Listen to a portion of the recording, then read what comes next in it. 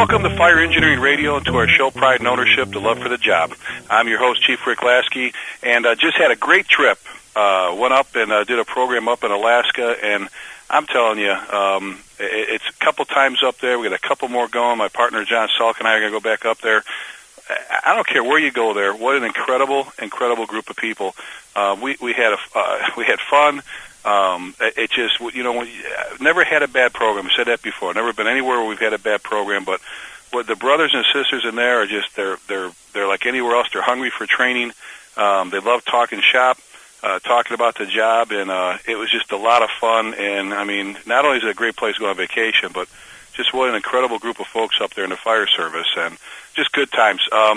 Hey, I wanted to, before we get started with our guest today, I wanted to mention one more time, or a couple more times up here in the future, the programs that Fire Engineering has been doing. And obviously, if you're at the website and you've been going around there and playing with that a little bit, I've said before, you can get lost on there with just all the great stuff. You can just spend hours, with what's going on training wise. If you get a fire engineering, the community, the training community page, forget it. You'll be on there for hours, reading and getting involved in the forums and all the talks and everything. But the Fire Engineering, Chief Halton and the group and Diane Feldman have started the weekend training programs. We did one up in Chicago that was extremely successful. 2-day program with a whole bunch of instructors. Take the guy from Louisville out of there, and there was some great talent. Where can you go where you're sitting there, and I know we mentioned this once before, but you're sitting there for an hour and a half listening to Captain Billy Gustin, and next you're listening to Dave Dotson, and the list goes on and on and on with the folks that were there doing the training. And they're going to do it again. They're going to do it in Fort Worth, Texas. So if you're anywhere in the Southwest there, October 25th and 26th. It's a Saturday and Sunday, and actually Bobby set it up where you can actually sign up for both days or one day or the other. The program's incredible. There's going to be some great instructors down there. Everybody does about an hour and a half program. So it's just constant banging away at different topics, and at the end of the day, they do a kind of an unplugged or a round table, if you will, with all the instructors for that day. Sit up front and interact with the attendees and the students, and just really, actually, you could do a whole day of that. That's an incredible time of the day. It's a lot of fun. Some people get to air out some things and some frustrations, and other folks just, the dialogue is incredible. So if you get a chance, October 25th and 26th, go to the website, check it out. If you're looking for any information on it, give Penwell, give Fire Engineering a call. They can fill you in. It's a great program, great opportunity, man. Well worth the little bit of money you're going to spend on that one to see some great folks do some wonderful programs. Well, today we got another special guest with us. Battalion Chief Dave Rhodes with the Atlanta, Georgia Fire Department. Dave has been in the fire service for a little over 22 years, but I think you take that, it's 22 years. That seems like 40. He's been incredible. David is I could go on and on about what he's done in his career. One of the things that's been very important to me, and I'm going to toot his horn for him because David's a very modest person. He's in charge of logistics for FDIC at Indy, and again, we always talk about this last year, how that program, 28,700 something people, for HOT. He's the logistics coordinator for the hands-on training days, which starts like a year before, and how he pulls together everything that needs to be done and the equipment, the tools, and again, having been a lead instructor there for over 10 years, and having all my brothers and sisters that teach that program.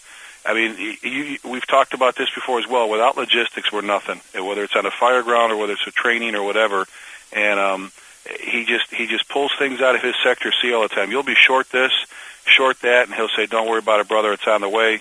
A lot of people, a lot of unsung heroes, if you will, that go into that conference. You hear Bobby talk about all the time that he gets to stand up there and sit in the spotlight and do all the big talks and lead everybody when it comes to the programs. But he'll be the first to tell you that there's a whole lot of people that are part of his team that are making that program a success. David served as union president in Atlanta for some time. He served over 8 years as president for Local 134. And we want to talk about a couple things today, and this is a time. This is one of those times where we're going through these, it's everything budget cuts and tough times with the economy in a lot of places, and there's a lot of chiefs that are really facing some really hard times and really are scrambling to figure out what they're going to do when the boss comes down and says, that's it, you need to cut 10% of your budget, you have to cut some departments, cut $2.5 million, cut, you look at what Chicago's looking at having to cut. You look at some of the smaller departments. I don't know how you do it. I don't know how we would do it. They've asked us before to cut, and again, I'm blessed that I've got great bosses, but it's a tough time. We've been through this, obviously before. It happens. We're going to get through it, but we want to talk about how to make all these things happen. But with that, Battalion Chief David Rose. David, welcome to the show, buddy. Thanks, Bud, and I have to say, since this is a talk radio format, first-time caller, long-time listener. Well, brother, there's, before we even get started, I want you to talk about somebody for a moment here, and what he meant and still means to the fire service. But tell me about Scott Millsap, buddy. We all miss Scott. Scott, longtime contributor to fire engineering and both teaching and writing, and on the FDIC advisory board. We lost Scott several years ago to cancer. He fought that for a while, but tell some of the listeners. There's a lot of young firefighters out there that may not know who Scott was, and I think it's time that a few of them heard about him. But talk a little bit about Scott, David. Scott was truly a very unique individual. We always would accuse him that if he had not used his talents in the fire service, he would have certainly ended up a cult leader. He just had that charisma about him that it drew people to him. He was kind of a short fella, but stocky, bodybuilder-looking type guy, and just the personality of, a thousand great guys. A funny guy to be around, but absolutely the definition of a professional. And as you said, he actually passed away on September 23rd, 2002. So time is really ticking by for us here. But he was, to me, just an incredible mentor.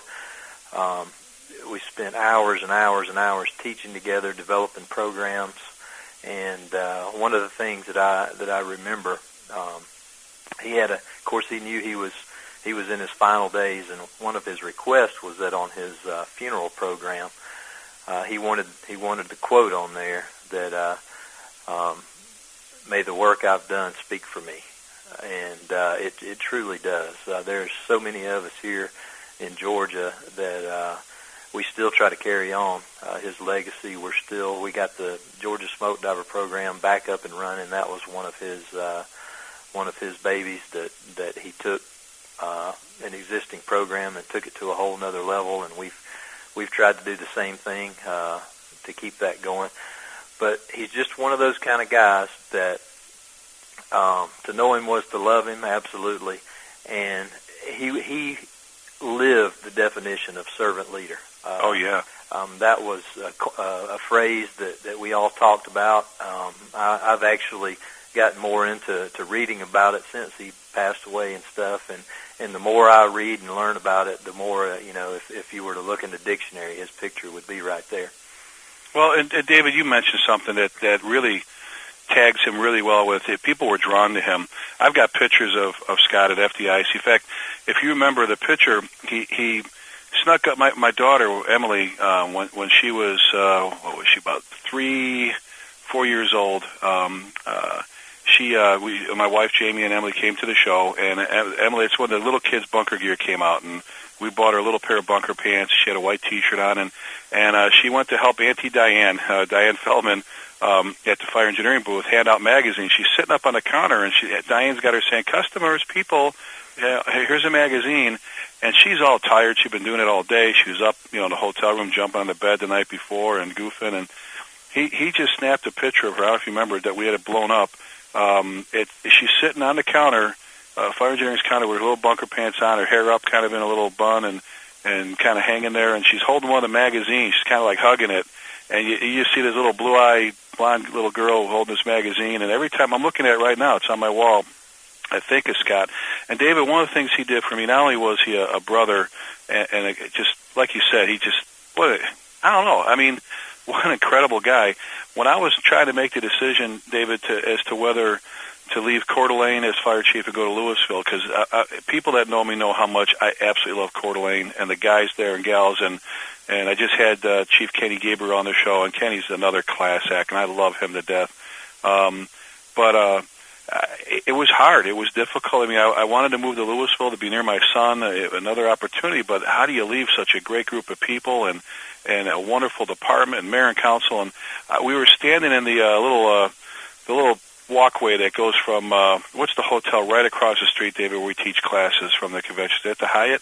The Westin. The Westin. The Westin. And we're in the little tube there, stopped right in the middle, and I said, Scott, what do I do? And he goes, well, tell me about it. I told him, and I got to the point about as soon as I said the point about, but it gives me a chance to be near my son, he goes, I think your decision's made for you. And, the guys at Coeur d'Alene will understand. You're doing it for family. You're not doing it just to be a chief somewhere else. And I made my decision right then and there, standing in that, we call it the gerbil tube, right. above the street, just sat there saying, that's it, I'm going to do it. And he helped me that way, David. One of the other things, buddy, if you remember, and Bill Manning used to tell this story, the former editor of Fire Engineering, when Scott was, not doing well towards the end there, and you would never know it, I called him one day, and he was on his way for treatment for chemo, and he didn't sound very good, but I just wanted to talk to him, and I said, "How you doing, brother?" And he says, "Cod." Before I even say that, he used to call everybody Cod. That's right. And a lot of people didn't know what he was talking about. And I mean, what was he talking about? If he called you Cod, was that a compliment or was he gigging you? Well, that was absolutely a compliment. That was his way of saying brother. And a lot of people, that was a term we used in the smoke diver program, and they would always say, "What is that? What is he talking about?" And we actually have it in our glossary, in our handbook. It says cod, and it says the definition of cod is that it's a term of endearment. And it actually came, not many people knew this, but I finally drug it out of him one day. It actually came from the movie Patton, George C. Scott. And George C. Scott played Patton, and his aide was a Colonel Codman, I believe was his name, or Major Codman, and he called Codman Cod, and Millsap just thought that was cool, because every time Patton would refer to him, he'd say, "Hey, Cod, come here," and so he sort of adopted that, and it took on a whole other meaning, but that was absolutely a term of endearment, and still is. And exactly, David. And for him to refer to you, to say, "How you doing, Cod?" and I mean, he just. But he's in the car on the way down there, buddy. And I said, "How you doing, pal?" He says, "Well, Rick." He says, "The other day I'm sitting there. It's 10 o'clock in the morning. I'm sitting in my doctor's office. I'm waiting to get treatment. I look over. There's a 10-year-old girl there dying of cancer, and I thought, how selfish." He goes, "I'm, and he was." Was he 44? How old was he? He was 45. He died the day before his birthday. He would have been 45. Okay, 45. He goes, "Rick," he goes, "I'm 44 years old. Look what I've done in my life, and this little 10-year-old girl here is dying of cancer." He goes, how can I feel bad about what's going on with what she's going through?" And I just said, that's him. Yeah. That's him. And then the sense of humor you talked about is when Bill Manning said, when he was there with them towards the end, he said, "So did the doctor give you, a time? How much time did he give you?" He says, "Well, I didn't want to hear him." He goes, "You know how punctual I am." Right. And that's just how Scott was, you know. The week before he passed away, Matt Mosley, again appropriate because he was the co-author here of Marketing the Mission with me. He was getting married the following week. And Scott had already been measured for his tux, and of course he was in the wedding. And so he decided he needed to go by because he had lost so much weight with all those treatments. And I mean, you know how big of a guy Scott was, and he was down. He was down around 140 pounds or smaller even. And he went back to the tuxedo shop to get remeasured, and the little service guy there that was measuring him looked at the card, and he goes, "Wow," he goes, "you were just in here a few months ago," and he said, "Man, you must be on some kind of diet. This is fabulous." And Scott just kind of grinned and looked at him. He goes, "Yes, I am, but I don't recommend it." Well, and, within a couple of days, he was gone. I mean, there's a guy that's fighting, as it was, a terminal disease, and still had a way to make people feel comfortable around him. Because something, I don't know. He's just a great guy. And I couldn't start off our conversation, buddy, without talking about an incredible person and what he meant and still means. He still means. He's not gone. He still means to the fires. He's only gone if you let him be gone. It's like we talked about before. You just mentioned several times how he's still, with his words and with his wisdom, still impacting programs out there. Hey, David, I want to. Right now, everybody's going through tough times. I mean, the fuel costs are up. We've got an election that people are concerned about. The economy, people are laying. There's some places they're actually laying off firefighters. They're cutting positions. They're doing some things they have to do. They're doing some things that I just think are absolutely obscene. But I think that's a lot of just panic. People don't know what to do when it comes to cutting budgets and that. Let's go back before we even get into that. Let's go back in time because I want you to talk about marketing the mission and you and Matt. And there was an incident that happened. First of all, let's even back up further to prior to the incident. You could talk about that a little bit if you would, please. How were things working when I was down there teaching for Scott and with remember Skip and Bill and I were down there with you. Weren't going through some of the best times with the Atlanta Fire Department. Again, I'm going to say this right now. This is a class act fire department with some absolutely incredible, kick-ass, bury up with you brothers and sisters on a fire department. I mean, this is a great fire department, but they were going through some tough times budget-wise, weren't they, back then? Yeah, absolutely. Kind of the downturn started around 95 or so when the city was having a little bit of financial problems, and some things were happening over the course of a few years, like our apparatus replacement was in the budget, and we had at the time, I think, 35, 36 engines and 16 ladder companies, and the replacement plan was 3 engines and 1 ladder company a year. Got bought out of the budget, and then it just continued. And that kept us on a cycle where our apparatus, was a good 10, 15-year type replacement cycle. And those were some of the first things to get cut. And it doesn't really take but a couple of years of missing those, and you really start degrading. We had swapped into a new breathing apparatus that had just come on the market right there around the Olympics. And we started experiencing some problems with it. Some of our guys were getting hurt as a result of some mechanical failures with it. Then the talk about paying the police officers more money than the firefighters began a big push with the city council, and we were headed downhill morale-wise. And it's funny you mentioned the work in logistics at FDIC. It seems like those sometimes become some of the first things that are gone after. And you wind up with a department that has 34, 35 stations, but your budget to support that is really only sufficient to support about 20 stations. And so everything is spread real thin. As time ticked on, I guess, we had a short little rise during the Olympics because of the international community being there, and of course the city wanted to make a good showing. So we kind of hung on by the seat of our pants there. But in 97, we really started seeing the problems increase. Fire apparatus were breaking down on the way to calls.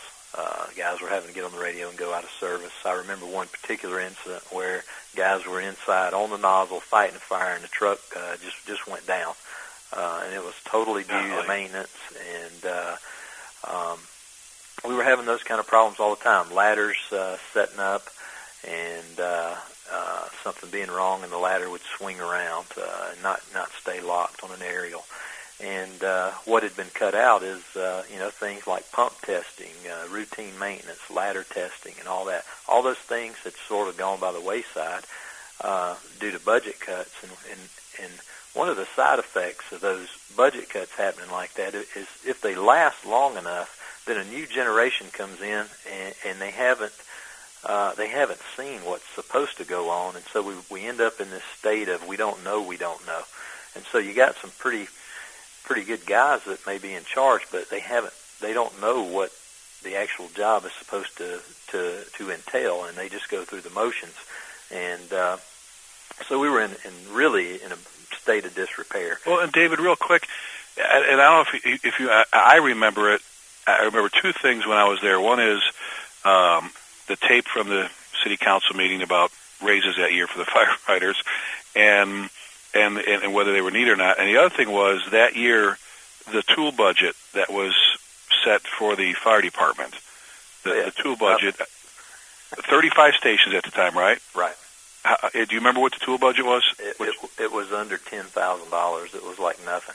I tell people when I go and teach and we talk about making it through some tough times, and I'm always talking about what you and Matt did, the impact you've had on the fire service, that the two of you had with the program Marketing the Mission, and we'll get to that in a little bit. Just that little ditty that you did at FDIC has just turned some fire departments around big time. I said if you had a 35 station, set up and this and that and blah blah blah blah. What do you think your annual tool budget, new tool budget, would be for that department? I don't even say where it's at. And $10,000 is like what they would spend on one rig, when it comes to stuff. If that, I mean, and no one believes it. But I'm like, dude, it's true. That's the times that they were going through. Yep. And Atlanta probably wasn't the only one doing that. I know you're being as heavy as involved you are with the international. There's other fire departments that were going through the same thing, David. Absolutely. And the thing is, in getting ready for the show, I went back and looked at the fire engineering article that I did on the subject, and it's a timeless piece.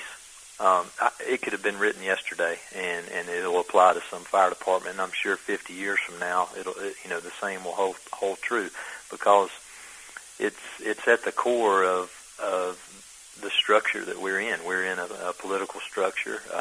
We're relying on budgets. It seems to me that the departments that fare the best seem to be the departments that have a dedicated tax base in the form of a millage rate for fire protection. We see that generally in the county-type government setup, but the city-type government setups tend to use a general fund type budgeting practice, and all the departments compete for the same dollars. But those counties and governments that use that fire tax, that fire millage rate, are able to get referendums on ballots and all. And that money's guaranteed for them, where a general fund budget is not. It's real easy to shift monies and cut funds. But that also comes down to two, and I know what you're saying, because that's the big talk between like fire protection districts. I know in Illinois it was always the fire protection districts didn't get the sales revenue as much as they got the property tax. But on the other hand, they didn't have to compete with the library and with public works and the PD and all that stuff when it came to money. On the other hand, they had less of it, sometimes. I mean, there was everybody had, there's the pros and cons and all that. And my buddy Tom Freeman, the chief of Lyle Woodridge, the fire district on the southwest side of Chicago, there, west side of Chicago, he and his crew have done some pretty incredible things with funding. You want to talk to a guy who's a genius. He's a genius anyway, but there are some. I mean, I think David sometimes has priorities. I'm fortunate. Everywhere I go, people know. I don't talk about Louisville without saying I've got incredible bosses. And this fire department here, I'm telling you, I'll say it out loud, that it was embarrassing to see where things were with the apparatus, the stations, the equipment, the turnout gear, the radios, David. And we had rigs that were like you did, plugged into life support, air hoses, battery cables, and water hoses. And our city council and our mayor and especially our city manager and his group, when we went to him and talked to him, and they made a conscious decision that they were going to turn that around. And this year, with as big as the budget we have, over $14 million, we asked for less than $200,000 worth of stuff. Out of 16 things, we got 11, and that's even with times being extremely lean. And there's a whole other reason why that happens. The guys are out there doing stuff too, but I think sometimes, David, it's just where are priorities? They're trying to balance things, and I'm actually going to have my boss on here in the near future to talk about that side of things and how do you run that corporation. But you're right. I mean, I think some of it's priorities, and some places, you look at it and you go, how do you let a fire engine break down or a patrol car? I don't get that. But go ahead, buddy. Keep going with It's absolutely priorities, and I guess one of the things that gets me so fired up and actually led to me running for union president back there in 1997 was the lack of prioritizing the things that were what was best for the community and for the department. And it seems like when we get in these tough times, there's a tendency to overreact in some ways that you talked about a few minutes ago. There's also a tendency to do things and then pretend that they have no impact. And that just really gets me fired up, because the thing is that the line firefighter has to understand is that the fire chief has to manage the fire department based on the budget that he is able to secure, from the political side of the government. And the fire chief doesn't necessarily have total control over how much he gets. He's going to have to work with what he's given. And if you're having to lay off people, if you're having to close stations, it may get to that point, but you have to make those decisions based on what can you actually support. I made a suggestion in our department not too long ago when we were facing budget cuts here this year, and I think the total ended up being about $13 million we got cut, but was to take a little bit different approach. We always say, okay, you got to cut $1 million out of your budget. And a knee-jerk reaction is to go and look at the very last things that you put in place and then take those out. Mm-hmm. And what I suggested was, let's find out how much we're going to get, and let's build the fire department from scratch. Let's let's get in a room and build the fire department from scratch. If we're going to have $60 million, $66 million, $70, whatever it is, let's build a fire department based on that number. Let's don't cut back from what we have. Let's just start over and see what we come up with. That way we know we've got the structure to support it. We know that we've got the money in for maintenance, for things, for health and safety, for the firefighters and all, instead of just closing whatever was the last thing we put in service, the last engine company that was brought up, or the last program that we started. And it's difficult to do that, because the easy way out is to just close the last thing, because you're thinking, well, that's a luxury. And it may not be. Times change, and you have to adjust and adapt your department and your philosophy, your resources to the changing environment that you're responding to. And so you really need to look at it from the bottom up and rebuild the organization based on the funds that you get. Well, David, one of the first things I know that disappears is training. The very first thing they cut is training. And along with, like you said, what do we just add that we probably can get rid of? And then we look at the line of duty deaths. We look at the contributing factors. Those causes, some of those things that happen, and it all reverts back to how we're not training our firefighters. And that, and then the next thing is, well, let's cut money out of protective clothing, and and I'm like, that's where I get going. Where I'm going, okay, so who this year are you going to tell are not going to, which firefighters are you going to say, well, we're not going to get you another set of turnout gear, or not going to replace your stuff, or whatever. And I know that being a fire chief, I'm telling you, and you know this, David, from what you do, and you said it very nicely that we're given the amount of money we're given to make things work with our team. It's not in our control all the time, and you try to do the best you can. Now, there are a couple mutts out there. We've said that before. There's a couple mutts that are out there wearing 5 trumpets on their collars, but there are a whole lot of incredible fire chiefs. But they're trying to make things happen, trying to keep, the water from leaking out of the tank there, if you will. And it's tough. It's hard. Where do you cut? What do you do? How do you make those decisions? I know a couple chiefs, Hugo Esparza in Plano, Texas. They're not going through a horrible time, but they had to eliminate some positions. They got to hold off building the station, which is not normal for that area. A lot of growth, a lot of expansion over the years. St. Johns County, David, not too far from you, down there in St. Augustine, Florida. Right. They went in 6 years' time from volunteer to a paid department, 250 guys in 6 years. and his strategic planning budget, David, to build the firehouses he needs to cover this county, 30, I think it was 35 or 25 million was cut from that over the next 5 years. Meaning, okay, we're just going to hold off, and there's nothing he can do. And some of the young firefighters don't get it, David. They just think that there's a money tree out there, and I'm not knocking them. They're great men and women, but it's not on their radar screen. They don't get it, and sometimes you wish you could wave your magic wand and bring all the money in to do something. It just doesn't happen that way. Right. Well, I think one of the dangers when I've seen departments, and of course I always refer to our department. I know we're certainly not the only one. But where you get in trouble is when you start making decisions that aren't based on your mission. You start making decisions on what to cut based on what politically is going to look like it has the least impact. You said training is one of the first ones. When you're talking about big cuts, the next biggest one is staffing. Yeah. That always goes. And one thing, if you've ever heard any of my presentations or what have you, I always talk about, give me 4 firefighters in a 1968 Peter Persh convertible 500-gallon-a-minute pump, and I'll put a lot more fire out than 2 firefighters in a brand new E1 3,000-gallon-a-minute super pumper with all the bells and whistles in the world on it. The people are what make this service what it is.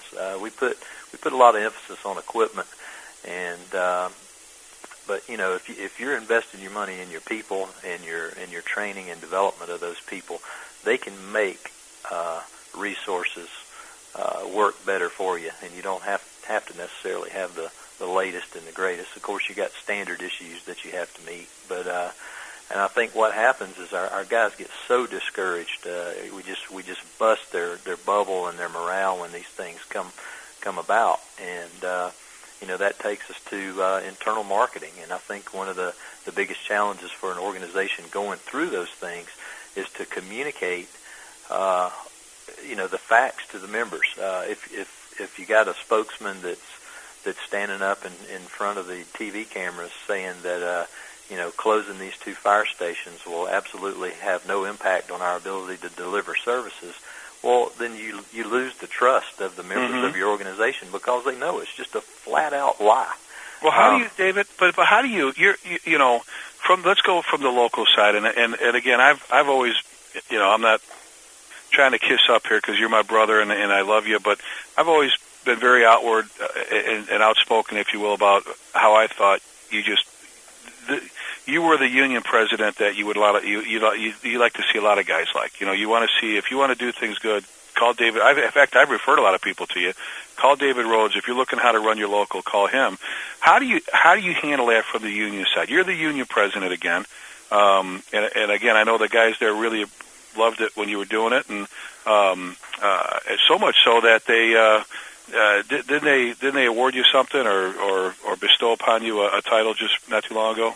Yeah, when I actually left after 8 years, which actually in union president, that's actually 100 years in normal time. Dog years. They did take me president emeritus, which was a tremendous honor, and I try my best not to interfere with the new president. He's doing a phenomenal job. He's 100 times smarter than I was. And who is the new president there, Tim? Jim Dawes, and he's he's a student of politics.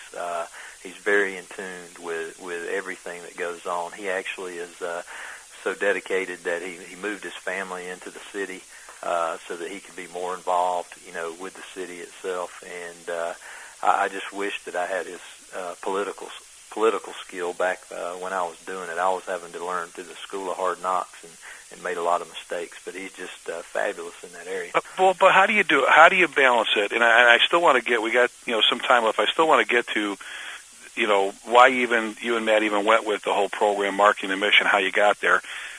How do you take care of it from the union side? You're the union president. How do you keep your members? I don't want to say happy, but how do you said something very, very important, which a lot of places, everywhere I go, it seems like if there's a problem, it's a lack of communications between labor and management, between the chief and the troops or whatever. Right. How do you handle it from your side, keeping the guys happy, keeping motivated, and then at the same time try to work with Could be a good boss, could be a bad boss, but whatever. How do you make that happen? Right.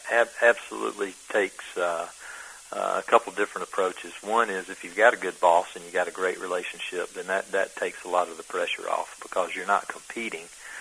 You're not putting out competing information. But the biggest thing is the first step is you've got to win over the troops. If your guys are not on board with your message, if they're not on board with the facts, they don't have accurate information, then they're either going to disengage, not be involved, become disgruntled, and just come and hang out at the fire station, and whatever happens, happens.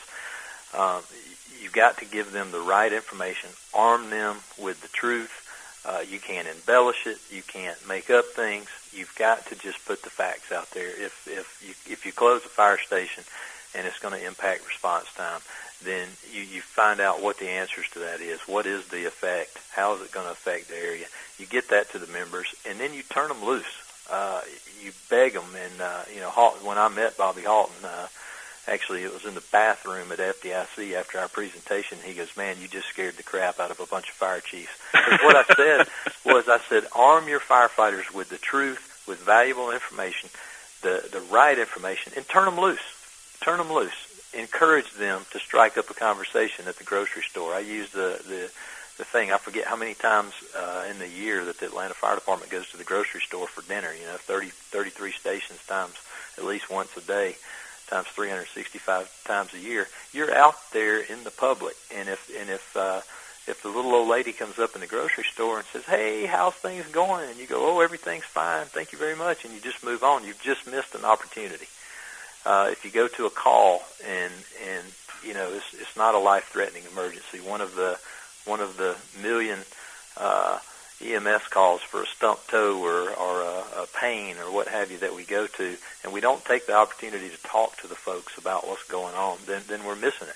If the fire chief tries to do it alone, it's not going to work. You've got to and you don't want to get caught like you're whining though, too, right? You want to be honest and tell folks, but you don't want to come off as Absolutely. And there's always that danger. There's going to be 2 or 3 in every crowd that's going to go out, and they're going to go out and fall on the sword and die for the cause and all that. So that's why you have to give them the right information and encourage them to get it out.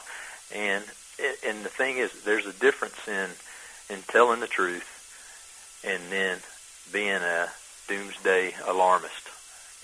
The fact is, if you close the station down, there is going to be an impact, but that doesn't mean everybody in that territory is going to die tomorrow. So you got to balance it out. And when people cross over the line, you need to deal with it. Another one of our big fire department problems is group punishment. And if that individual gets out there and does some things that aren't appropriate or cross the line, then you got to deal with it. But as a union side, you got to arm your guys with the right information, and it's not just on-duty activities. It can be off-duty activities too. But the main thing is you just want to get the information to the community, and we're seeing that right now. We had to close a fire station, and because we have information out there and it's in the right areas, good chief labor relationships right now. The community just turned out in droves. They were having the fire chief tried to have a very dignified fire station closing ceremony. A lot of us, looked at it as an honorable way to finish out. It's one of the oldest firehouses in the city. It gets closed. It's one of the busiest firehouses in the city. The community turned out and were so enraged at what was going on that when the mayor tried to speak, they wouldn't even let her speak. They started chanting and, just hollering, and it really got ugly. It was somewhat embarrassing for the city, but it just shows you the passion that you can fire up in the community, and they're the ultimate say. And that's led to, the fire station closed, but the city council, responsive to those citizens, has put the money back in the budget to reopen that fire station. And now it's up to the mayor to take that as a sign and to reopen the station. And, we don't know what she's going to do with it. But the fact is, the firefighters could have said whatever, and the station would have still been closed. But the citizens getting out there, one comment was made, a gentleman comes up with his son in his arms that's like 2 years old, just screaming at the mayor, "Why does so-and-so's neighborhood get fire protection, but my son doesn't get fire protection?" Just passionate. And that turns into results, because the politicians are elected, and they're going to listen to their constituents if they want to stay in office. Well, and you're exactly right, and sometimes, but that goes back, David. You said something earlier about getting out, and whether it's at the grocery store or whatever. A lot of guys, they'd rather hole up in the firehouse sometimes, and I tell them wherever I go, you got to get out. The cops are doing it. You got to get out and market the mission. You got to go out and let people know what you're doing and how things are going, and then you will. The next time someone turns on the fire department, they'll march on City Hall with sickles and torches like they did on Frankenstein. Right. It's that. Well, hey, tell me about how. First of all, I want to go back to the article you mentioned. Before I forget this one, the fire engineering article about marketing the mission. Do you remember the issue for that, so folks know, the listeners? It was 2001. I think it was September, but I'll tell you what, I will put it on my community page there on Fire Engineering, and I'll also send it to you so you can put it on your Pride and Ownership page. Okay, so if you're looking for that article from David, go to his community page on Fire Engineering's website, the training community page, and you could also just search, go to the website, type in his name, and it'll pop up anything he's been involved in. But tell me about. Let's go back to this. Tell me about how did you get going with the whole marketing the mission concept? You and Matt. Well, we had the Dramatic Mill fire, of course, and a lot of people. You know what? I think run us through that, because I know there's a couple young firefighters here that came on. Past couple years that I don't think we're aware of it. We showed them the tape, but what happened there? Right. Old historic cotton bag mill that was just phenomenal architecture. Heavy timber.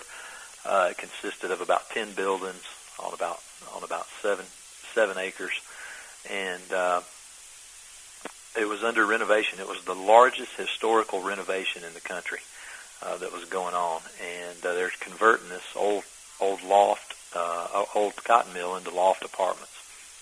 Some workers are doing some work on some pipes. They get a fire started in one of the larger parts of the mill, and it quickly just spreads in dramatic fashion. There's a 220-foot crane sitting on site that's being used in the renovation, and there's a crane worker up top. The building continues.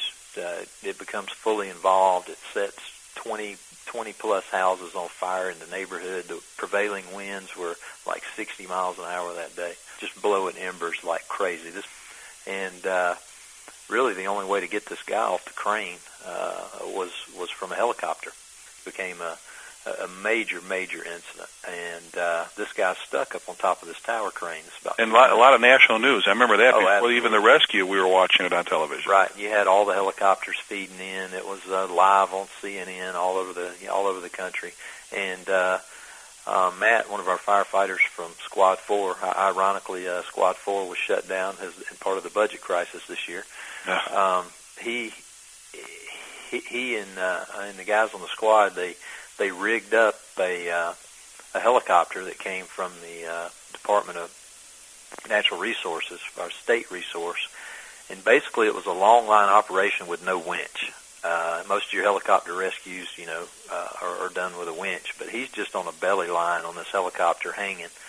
Puts the crane operator, Ivor Sims, in a hasty harness, hooks him to himself, and away they go. And it's a dramatic rescue played out on television, all over the world. As a result of that, and the guy was fine, other than being shaken up. Some people looked at it and said, well, it wasn't that big a deal. The nose bubble on the helicopter melted. That's how hot it was, and the pilot was thinking he was going to have to punch the button and blow the bolts on the belly line so that he could get out of there and not crash. But he makes it, dramatic deal, tons of coverage. He becomes a national hero, overnight. We've gone through terrible labor relations with our mayor, who has basically refused any communications with us up to that point. And it is important to note that he is serving time in federal pen right now for corruption. The mayor from back then? Yeah. Okay. Yeah, I think he's got a little bit left on his sentence. Oh, good. But anyway, he's Matt's getting phone calls on the scene from Al Gore, the vice president at the time, and it just really, really becomes a huge levering point for us. And Matt was a union member and involved to a certain extent. And I was at the fire, also. And after things had settled down late that evening, we talked, and I said, we've just been handed a golden opportunity to get our message out even further. And we had done all those things we talked about. We had done community meetings. We had marketed this thing to our folks inside the department, so they knew what the issues were. They knew that the breathing apparatus were faulty. They knew the trucks were breaking down. They knew our staffing levels were low. And really, and I even said this in the presentation, money was not the motivating factor for this. Even though it was a labor movement, our primary concern was the safety of our members and being able to provide a good service to the community. So we talked. We developed a little bit of a strategy.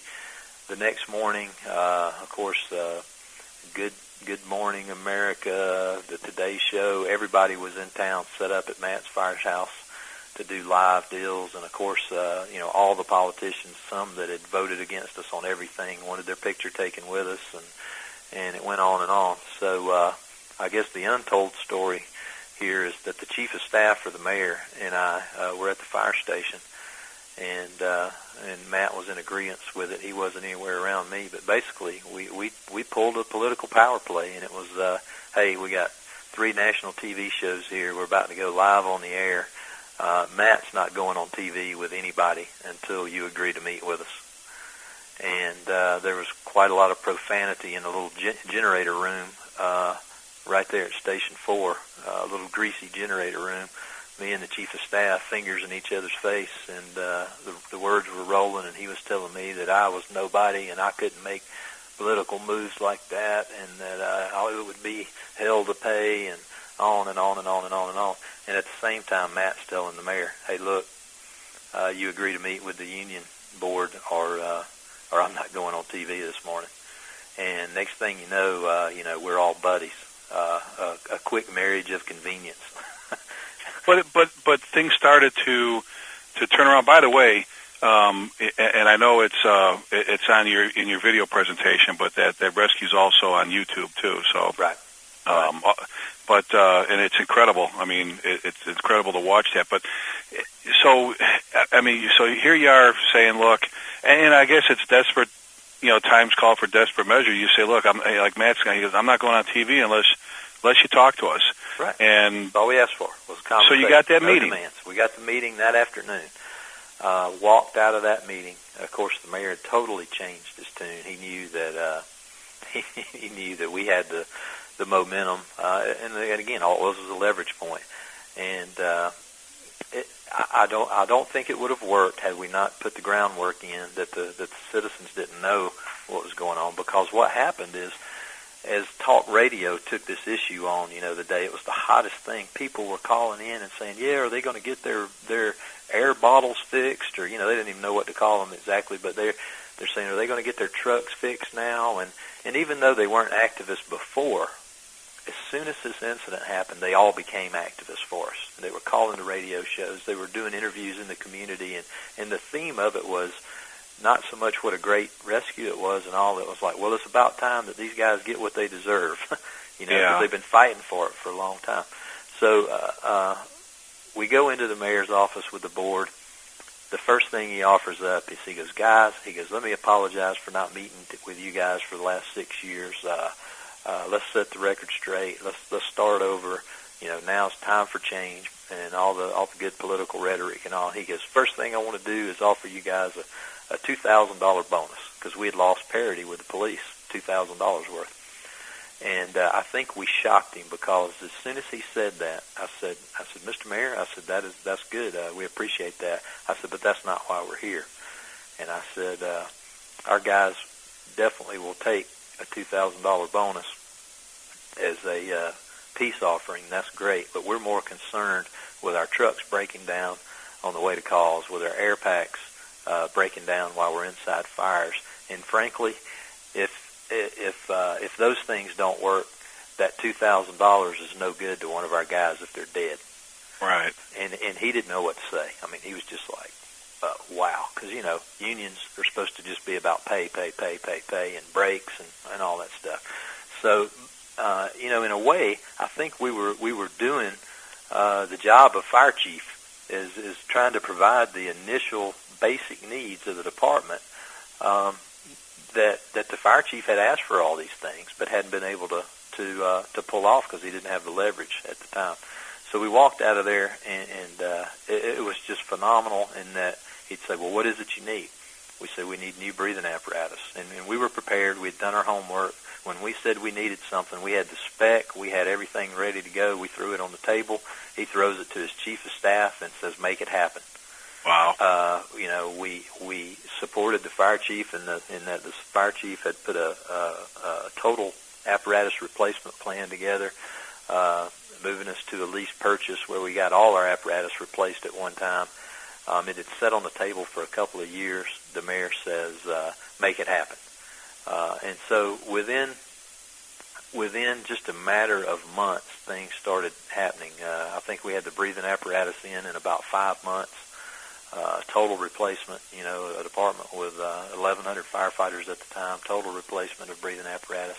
And within a year, we had replaced the entire fleet of the Atlanta Fire Department with new engines and new trucks.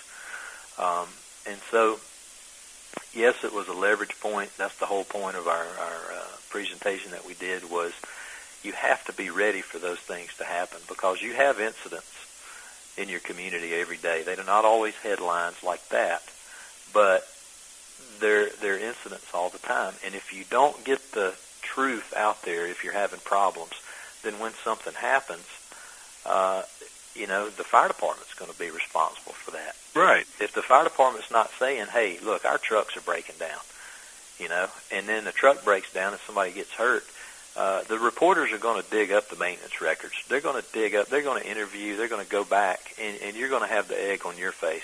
And, we're supposed to be community servants. We talked about servant leadership and all that.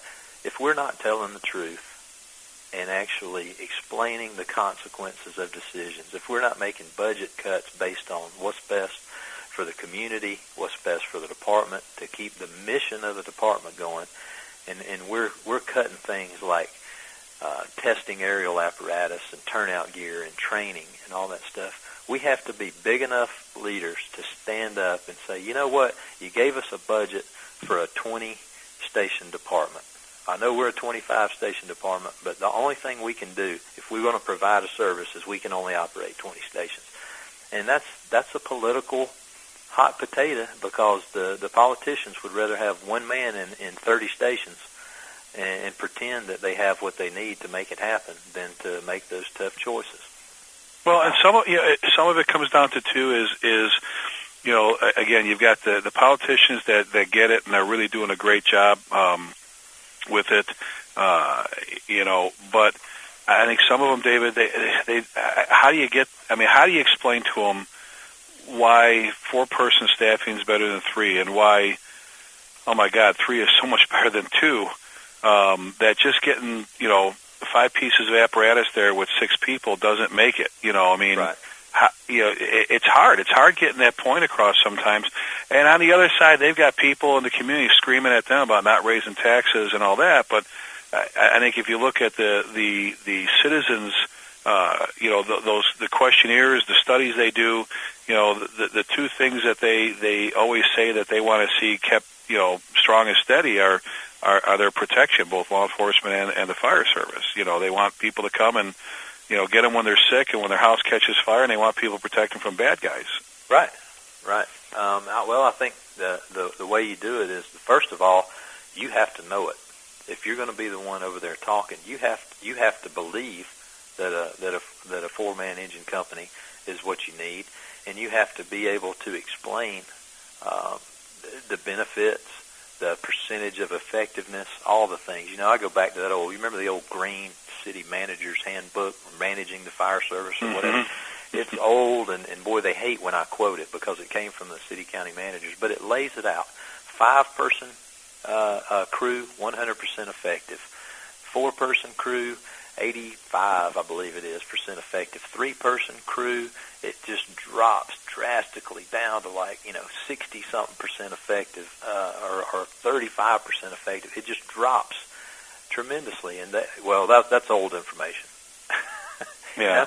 But it's true. 1710. Look at 1710. What does it say? As far as the standard is what we need. But I think one of the biggest problems is our strategy on that is not from an intelligent, quantifiable type data that we can produce. Too many of us go in and say, well, if we lose this, then the babies are going to die, and we're not going to be able to do this. And we never give them any facts. We just give them a lot of emotion.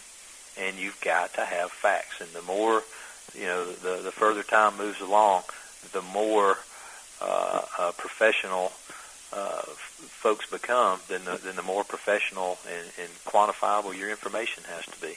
And I read this book just recently. It's about a fighter pilot, John Boyd, who became a Pentagon guy, and he was a reformist in the sense. I guess if he was in the fire service, he would be considered a radical battalion chief, and maybe that's why I liked it. But he saved the taxpayers of the United States billions of dollars on Pentagon projects. He was assigned to the Pentagon, and he used to tell folks that came to work with him, he never made it above lieutenant colonel, although he was a genius. And the reason is because he spoke the truth, and he ticked a lot of folks off. And I think that's one of our problems today is too many people are worried about that title and not about doing what's right. And this guy certainly took that. And he would tell young guys that came to work for him, he'd say, it's dangerous coming to work for me. I'm not a very popular guy because I speak the truth here, and I'm all about doing good work. I'm not worried about the title. Another theme from FDIC, right? Stand up for what you believe in. Yeah, and so he says he gave this little speech to all the guys, and he'd say they called it the to be or to do speech, and he would tell them, he'd go, look, we're going to start working on some projects. He goes, you're going to come to a point in your career, you're going to come to a fork in the road. And he said, if you go that way, you're going to get promoted, you're going to get good assignments, you're going to get to be what you want to be. He said, but if you go that way, it's going to be a tough road, but you're going to do good work, and you're going to accomplish a lot of great things. But you're not going to get the prime assignment. You're not going to get the titles and all that stuff. And he lived by that, and is just now, he's been gone 7 or 8 years now. He's just now becoming more appreciated for that. Isn't that how it always works, though? Oh, absolutely. I mean, it takes a while for someone to, to get the recognition, and it's usually after they've done what they've done. I'd be remiss if I didn't mention, we talked about marketing and all this stuff. I'm not a marketing guru. I haven't taken any marketing classes and all. This was School of Hard Knocks. But, a lot of people look at the customer service projects, how do you market this, whatever. The best thing, and I have to say this, the best way that you can market your fire department is to make sure that you have the best trained, well-equipped firefighting force that can handle the emergencies in your community. It doesn't matter how many blood pressure fairs you go to, smoke detectors you install. All that stuff is peripheral stuff. It's good stuff. But the way you market yourself is you become the professional department that people expect you to be. There's only one fire department in each jurisdiction usually. I know Atlanta, there's like 18 different law enforcement groups, so if one's down, another one can cover. Then there's federal law enforcement, but generally your fire department's it. You got one fire department. How dare us be anything but the best in our community? And if we're focusing our attention when we say marketing on a slogan or a campaign to change your battery when you change your clock thing, if that's it, then we got no hope at convincing these folks that what we do is for real. We've got to do it 365 days a year. Every call we go on has got to be the absolute best trained folks that can adapt to any situation and provide a tremendous service. Well, and there's build a reputation. Exactly. There's departments out there, Dave, that are haunted by that. I've said before, 30 years of CPR classes are out the window when you burn 4 houses down, and you don't know, like, you know what I'm saying, when it falls apart because of a lack of training, a lack of leadership. All that customer service stuff is incredible. It's all important. It's a way to get out and reach the community. But that's kind of, that is, you're exactly right. If you're not good at running your EMS and your fire calls the way you should be, you can be as fancy as you want with the other stuff. It's not going to happen. And I think that's great advice. Now I want to do something here because we're getting a little short on time. All right. We talked about the article, and I know the tape's out there, and it's a great. Right about now, people should be going to the website and they should be ordering this tape because it's a great way. If it's anything on how to at least market the mission, it gives you a little bit of, hey, maybe I can actually make it through this. It gives you something to fight for. It gives you the advice I think you need to stay calm and how to be a little bit more better at your strategy and how you go about budgets and labor relations, everything, when all that stuff that comes together, that obviously every year, but really, really comes together when you're going through hard times. And David, it's called Marketing the Mission. It's available through Penwell, right? Right. Penwell books and videos. Looked it up. There's still some copies left. I don't think that they have converted that to DVD yet.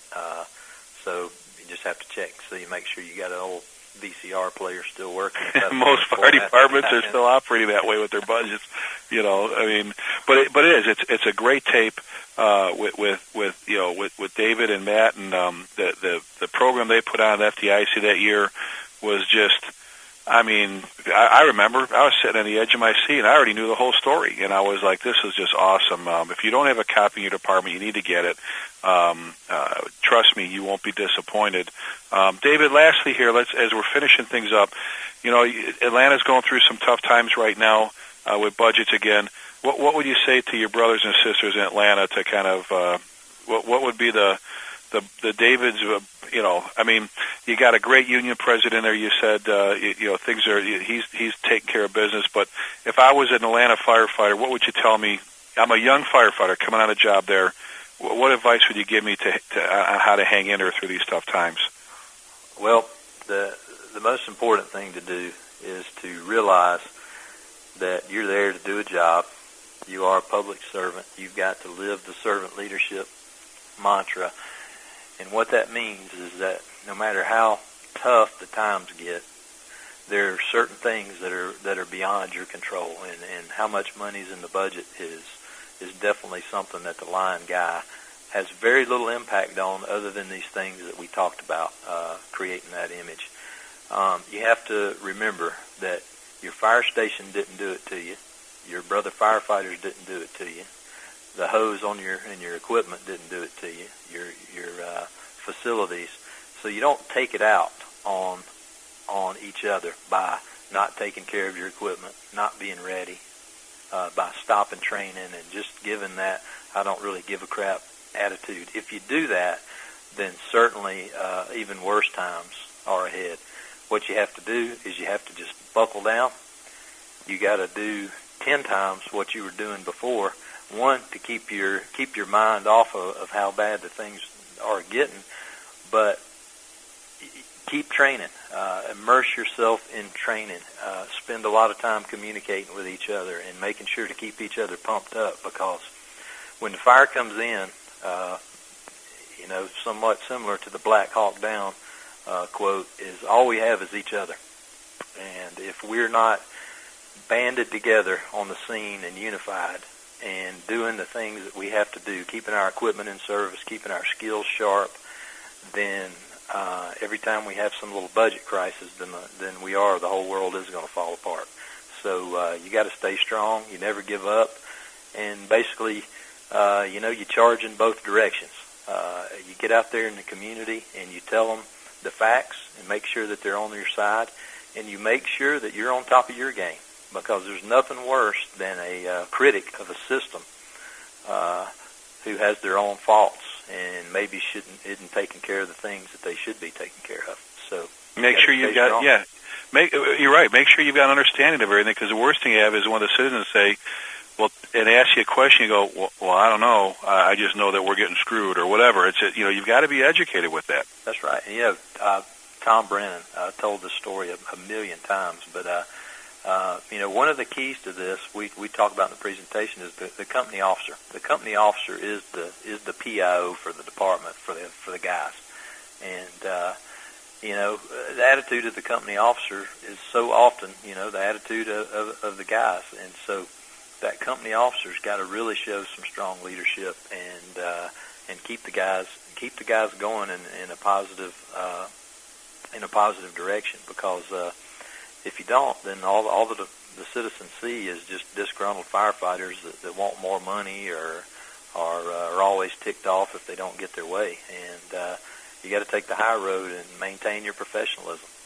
Well, and buddy, that's great advice. I love. I mean, that's just very, very, very appropriate. And a lot of our young firefighters, and even some of our firefighters been on the job for a while, need to take heed and pay attention. It's going to get better. I promise you. It's tough. We've done this before. We've went through this before several times. It just kind of cycles through. You just got to hang tough and be, like David said, be there for each other. We've been meeting with David Rhodes, Battalion Chief for the 2nd Battalion, Atlanta, Georgia Fire Department. David and Matt Mosley, another one of his brothers, did a presentation called Marking the Mission at FDIC, and a tape that's available. We talked about that. It's a great program. Right about now, it's so appropriate with how things are going with the economy and things in the fire service with some of the budget cuts and things that are going on. David, real quick before we cut out here, if somebody wanted to get a hold of you and spend some time with you, or just pick your brain a little bit, or ask your advice on something, how could they get a hold of you? Of course, they can get me on the Fire Engineering Community site. And just go to my page, send me a message there, email me direct at jdavid, D-A-V-I-D, Rhodes, R-H-O-D-E-S, at gmail.com. They can give me a call, 678-776-5273. Always glad to help anybody out I can. Well, David, you're a true brother, pal, and I can't thank you enough for being on the show. This is one of those. I'm serious. This is the kind of stuff that I know you and I. We do it at FDIC. We sit around for hours talking about what's going on in the fire service, how to make it happen. But you're incredible, brother. You're a forward thinker. You're always about 15, 20 minutes ahead of the rest of us, and it shows. And the respect and admiration that a lot of people have for you, again, speaks for that personality trait that you've got. You're a great guy. Can't thank you enough, brother, for being on the show. I can't wait to see you again really soon. It was nice seeing you up in Tulsa for the FDIC Planning Board. But, hey, thanks a lot for being on the show, pal. Enjoyed it. Thank you. Thanks, David. We were meeting with David Rhodes, Battalion Chief, 2nd Battalion, again in the Atlanta, Georgia Fire Department. That wraps us up today. We're talking about marking the mission and making things happen when things aren't going good budget-wise with your fire department. Again, give David a holler. I know for a fact he'll spend quality time with you and answer all your questions. And hell, you know what? He's just a good shoulder to lean on, man, if you're going through a tough time, and reach out to him, and by all means, if you have any questions this way, if you have any ideas or topics or thoughts, you can get me at rick@prideandownership.com. And as we always say at the end of each one of these programs, we sum it up with two very important words, and that's be safe.